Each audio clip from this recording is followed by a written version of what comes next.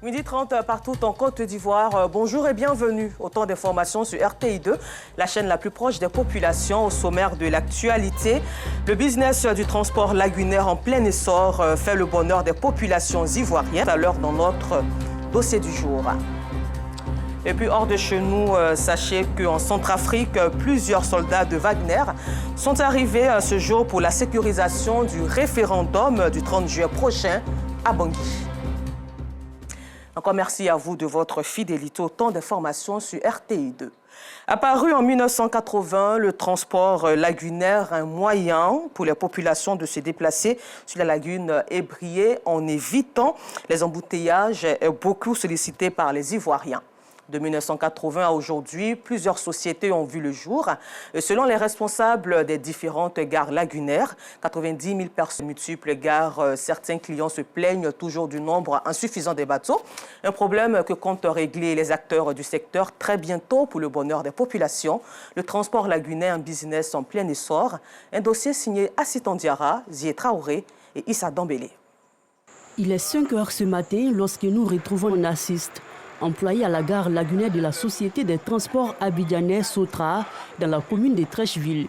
Si certains à cette heure de la journée sont encore dans les bras de Morphée, Narcisse et ses collaborateurs, eux, sont à la tâche pour permettre aux populations du district d'Abidjan de se déplacer aisément et de vaquer librement à leurs occupations. Cela sans craindre les embouteillages. Mais avant, il faut s'assurer que tout est parfait pour la sécurité des passagers. Ma formation consiste à sécuriser les clients, le bateau. Je me charge d'amarrer le bateau, de le laguer et aussi veiller sur l'embarquement des clients. Depuis 4 heures, nous sommes sur pied. Après le contrôle, le bateau appareil prend la direction de la commune de Yopougon.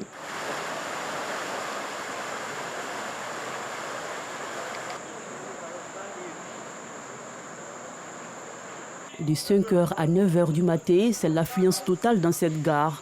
Aucun passager ne veut être en retard pour son rendez-vous. C'est très moins cher et puis c'est abordable aussi. En moins de 6 minutes de Trècheville, on peut rallier Yopougon facilement. Créée depuis 1980, cette gare reçoit plus de 20 000 clients par jour, ce qui crée très souvent de longues files d'attente aux heures de pointe. Et cela n'est pas du goût des clients qui dénoncent le nombre insuffisant de bateaux. C'est moins cher, mais ça nous fatigue aussi, puisqu'il n'y a pas assez de bateaux. Un problème que comptent régler les responsables de la compagnie avant le démarrage de la Coupe d'Afrique des Nations, la CAN 2023 en Côte d'Ivoire. Pour satisfaire la clientèle, l'État a décidé également d'acquérir 50 nouveaux bateaux-bus de dernière génération. Pour satisfaire la clientèle, des innovations prévues les mois à venir. On permet à nos clients, lorsqu'ils ont pris un ticket ici, c'est un ticket de 200 francs, le client a la possibilité d'emprunter, après avoir fait la traversée avec le bateau, d'emprunter un bus pour se rendre à sa destination finale. Il y aura également un espace de vie. C'est un écosystème complet que nous allons construire. C'est-à-dire que vous pouvez venir faire vos achats, vous pouvez venir au restaurant ici, dans nos différentes gares. C'est vraiment un véritable écosystème. De 1980 à aujourd'hui, plusieurs compagnies de transport lagunaire ont vu le jour. Une bouffée d'oxygène pour les populations. Actuellement, sur la route, il y a les embouteillages. Alors que le bateau, il n'y a pas d'embouteillage. Et puis, c'est rapide, c'est simple. En tout cas, je préfère le bateau plus que les véhicules. Et un raccourci plus sûr, c'est éviter les embouteillages. Surtout quand nous sommes en retard. Sur l'eau, il n'y a pas d'embouteillage. Mais il m'a dit que ça le fait économiser parce que quand ils prennent taxi pour venir à la gare, ils traversent, ils gagnent en temps. Si tu envoies client qui s'est trouvé que d'autres aussi viennent d'arriver, voilà, tu prends aussi pour aller en ville encore. Ouais, ça m'arrange beaucoup. Nous avons des gares qui sont pourvues de parking où certains des clients, pour éviter de faire tout le tour d'Abidjan, préfèrent venir utiliser nos parkings et puis embarquer en bord de nos bateaux pour leur faire gagner du temps. Dans cette haute gare, située dans la commune de Cocody, certains clients embarquent même avec leur moto, ce qui leur permet d'économiser du carburant. Aller faire tout ce grand tour à moto, d'abord tu vas gaspiller du carburant, en plus tu vas te payer le pont à péage. Donc ça fait économique en fait. Donc juste payer 300 francs et en quelques minutes, je suis déjà à Koumassi. Une fois les clients à l'intérieur, le pilote prend le contrôle du bateau. La vigilance est de mise et rien ne doit échapper au capitaine. Pour nous, c'est une passion parce que j'aime le métier. Souvent, il y a d'orage. Passagers, moult mesures sont prises. Nos perspectives, c'est essentiellement l'ouverture de nouvelles gares pour davantage servir en projet le mois prochain pour densifier le réseau que nous avons actuellement. Le secteur du transport lagunaire a quelques difficultés. Nous rencontrons des difficultés dans notre exploitation. Ça concerne surtout le fait que la lagune ébriée que vous voyez n'a pas été draguée avant que nous ne commencions nos activités. Ensuite, il y a le déversement des ordures ménagères dans la lagune ébriée. Et puis, le troisième type de difficulté, c'est la présence des jacinthes Bresse. Deux gares, tout en place pour permettre aux clients de se rendre aisément dans certaines communes du district d'Abidjan. Je préfère ici, au moins je sais que sur l'eau là, j'aurai un temps à gagner. Voilà, donc je préfère passer ici. Ça nous fait économiser un peu. En week-end, comme ça, en général, on remise des bateaux. Le remisage, en fait, c'est l'arrêt du bateau. L'idée de la maintenance préventive, c'est que les maintenanciers sont à bord du bateau. Ils ont un regard à qui porte sur tout ce qui est dispositif mécanique pour s'assurer que tout est bon, de manière à ce que les bateaux soient opérationnels. La sécurité et la satisfaction des clients, l'un des défis de cette compagnie. Vous avez le gilet, vous avez cet objet-là qu'on appelle la balise, qui, au contact de l'eau, justement, s'allume. Là, vous avez le sifflet, qui vous permet donc naturellement de siffler pour justement marquer que vous êtes en danger, de manière à ce que les autres autour de vous puissent vous venir en aide. Vous avez là cette ceinture-là, que vous mettez comme ça. Une fois c'est fait, vous mettez le gilet là comme ça, d'accord? Et donc vous ceinturez. Vous ajustez en fait la ceinture à votre taille, d'accord? Une fois c'est fait, il y a ça, cette petite ceinture là qu'il faut mettre ici. Et que vous... Voilà, c'est bon. Le client, une fois dans cette situation-là, il est en sécurité. Si certains préfèrent les bateaux-bus, d'autres apprécient les pinasses. Quand quelqu'un est malade, cette pinasse-là, pour pouvoir faire traverser la personne. Et la dernière fois, c'était comme ça. Le frère de mon mari, sa femme était vraiment en travail. Elle a failli même accoucher dans le bateau. S'il n'y avait pas de pinasses là, ça allait être difficile. À l'île Boulé, il y a plusieurs villages là-bas. Il y a plusieurs personnes qui travaillent là-bas. Il y a plusieurs personnes qui travaillent ici aussi. Si moi, je fais 6 heures ici, l'autre bateau fait 6 heures là-bas. S'il fait 7 heures sur lui, il fait 7 heures là-bas. Donc, ça dépasse. La journée de 6h45 à 19h45, un bateau peut faire 7 à 8 tours. Pour ces vacances scolaires, ils sont nombreux ces jeunes qui exercent des petits métiers dans cette gare située dans la commune de Yopougon. Objectif, subvenir à leurs besoins et préparer la rentrée scolaire. Décharger les bagages. Ça des fois ça marche pas aussi. Quand là, ne prend pas 2000 à la personne, c'est un petit bagage. Je pouvais peut-être 1500. Le transport lagunaire joue aujourd'hui un rôle prépondérant dans le déplacement des Abidjanais. Malgré la concurrence, les différentes sociétés restent solidaires pour le bonheur des passagers. Dans le système maritime, il est obligé à un autre navire qui voit un navire en détresse d'aller le secourir. C'est normal. Donc quand vous voyez un navire en détresse, vous partez vers lui. Si ce navire dit non, c'est bon, je n'ai pas besoin de vous, vous pouvez repartir. Mais votre devoir, c'est d'y aller, aller le secourir. Le transport lagunaire est une alternative de plus en plus sollicitée par les populations du district autonome d'Abidjan. Selon les responsables de ces gares lagunaires, plus de 90 000 passagers sont transportés chaque jour à travers la lagune ébriée. Et avec la clientèle qui ne fait que grossir, les acteurs du transport lagunaire ont certainement de beaux jours devant eux. Le transport lagunaire, un business en plein essor en Côte d'Ivoire. Un dossier signé Assitan Diarra à revoir sur RTI Info. En société, la Fédération des associations de la jeunesse de Koumassi, Sikoji, a organisé une cérémonie d'hommage aux anciens et cadres du quartier Sikoji 2 de la commune. Une façon pour la FAGES de leur exprimer leur gratitude pour toutes les bonnes actions en faveur des riverains et surtout promouvoir la paix et la cohésion sociale entre les populations de Koumassi. Les détails d'Aïcha Sanogo sont commentés par Clément Boko.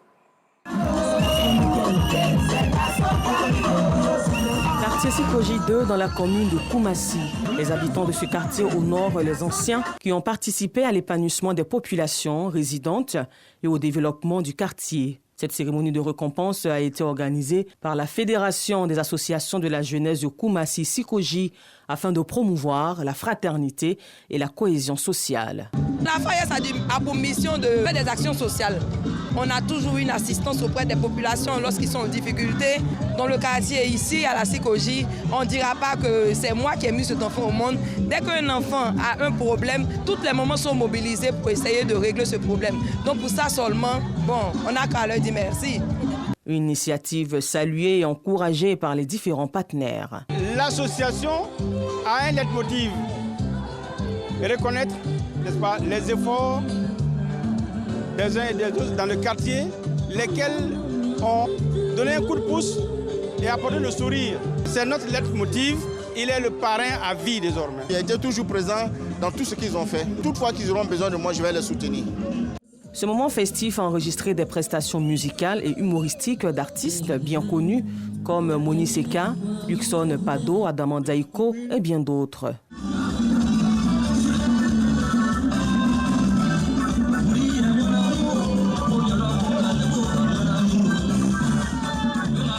Cette cérémonie est la première du genre et les initiateurs entendent la pérenniser.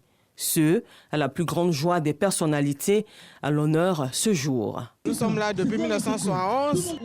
Voir que des frères et sœurs voient en nous des modèles, nous sommes honorés. C'est une fierté. On n'a pas demandé à être honorés. Je pense que c'est le témoignage des uns et des autres de ce que nous avons posé comme action, de ce que nous sommes, qui aujourd'hui, je veux dire, s'évalue à ce point-là et on se retrouve là. Je remercie aussi la FAGES pour avoir initié ce genre d'événement-là qui retrace un peu l'histoire de la vie de la Sikoji. Les récipiendaires ont reçu des mains de la présidente de la section des écharpes et des tableaux d'honneur en guise de remerciement. En religion, la Fondation évangélique Victoire a célébré ses 30 ans d'existence dans la commune de Cocody. Occasion pour les fidèles de cette église d'amener des actions de grâce et d'offrande en guise de remerciement au guide religieux au Créateur, Aïcha Sanogo Kader Bachila.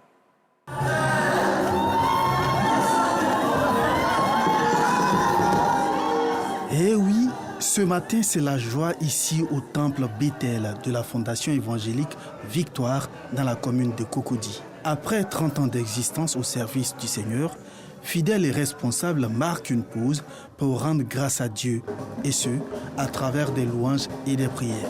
Aujourd'hui, nous fêtons les 30 ans de l'Église, c'est l'apothéose. Et c'est un sentiment de joie qui nous anime. Nous sommes tout heureux et nous bénissons Dieu pour les 30 années à venir parce que nous savons que cette œuvre merveilleuse que Jésus-Christ nous a donnée ira de l'avant.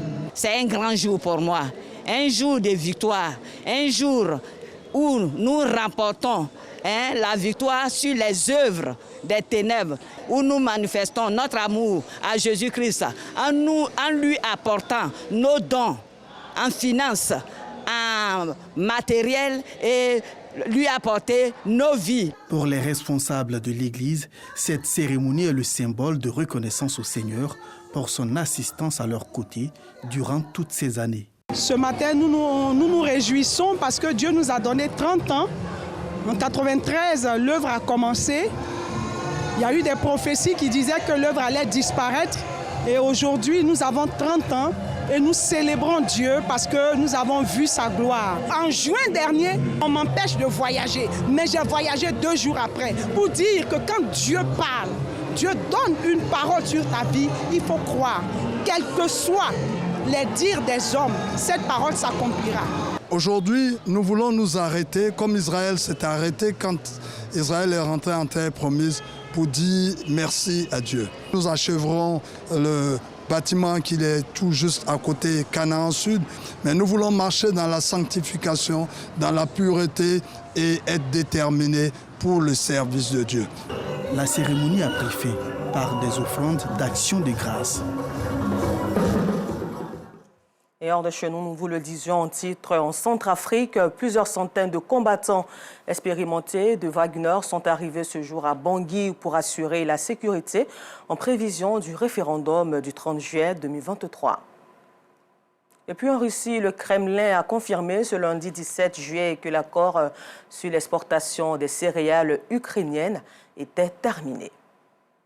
Tant d'informations réalisées par Mongbé, Timité et Sophie Brou. Encore merci à vous et bonne suite de programme sur RTI2, la chaîne la plus proche des populations.